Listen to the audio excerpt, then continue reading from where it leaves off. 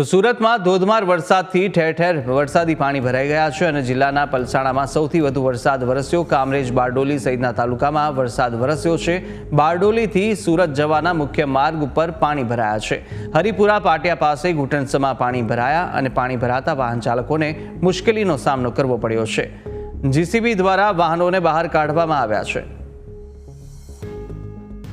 તો આ દ્રશ્યો આપ જોઈ રહ્યા છો સુરતના આ દ્રશ્યો છે કે જ્યાં સુરતમાં ફરીથી અનેક વિસ્તારો જળમગ્ન થયા છે અને સાથે જ લોકોને પણ અત્યારે હાલાકીનો સામનો કરવાનો વારો આવ્યો છે। વાહનોને પણ મોટા પ્રમાણમાં નુકસાન થવાની ફરિયાદ અત્યારે ઉઠી રહી છે।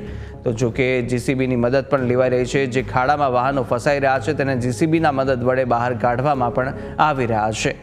તો આ દ્રશ્યો છે સુરતના કે જ્યાં મુખ્ય માર્ગો પાણીમાં ગરકાવ થયા અને વાહન વ્યવહારને પણ અસર પડી રહી છે। ત્યારે અનેક વાહનોને નુકસાનીને પણ સમાચાર સામે આવ્યા છે।